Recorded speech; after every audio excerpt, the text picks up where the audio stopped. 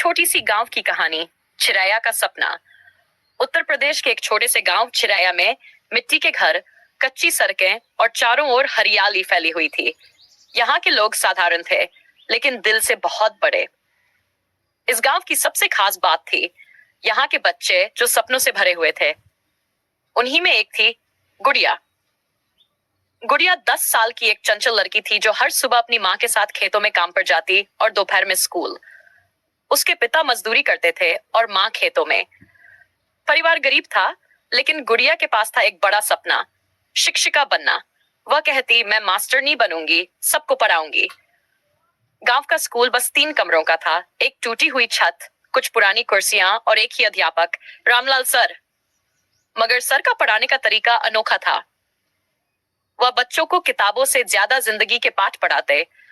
उन्हें लगता था कि अगर बच्चों को सपने देखने की आजादी दी जाए तो वो आसमान तक उड़ सकते हैं।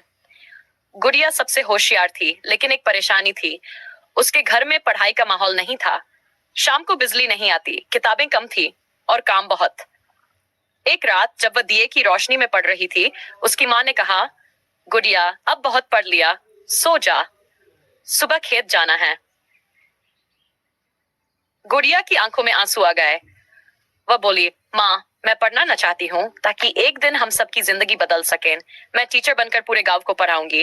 माँ की आंखें भर आई, मगर उन्होंने कुछ नहीं कहा। अगले दिन स्कूल में रामलाल सर ने एक प्रतियोगिता का ऐलान किया। जिस बच्ची का निबंध सबसे अच्छा होगा उसे जिला स्तर पर भेजा जाएगा। गुड़िया ने अपनी मेहनत और जज्बे से एक सुंदर निबंध लिखा, गांव का भविष्य। उसका निबंध चुना गया।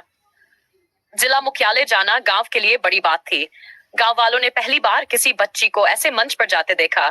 गुड़िया ने मंच पर कहा, हमारे गांव में बिजली इनेट नहीं, मगर सपने हैं। अगर हमें मौका मिले तो हम कुछ भी कर सकते हैं। सभी तालियां बजाने लगे। उस दिन गुड़िया को प्रथम पुरस्कार मिला और एक छात्रवृत्ति भी।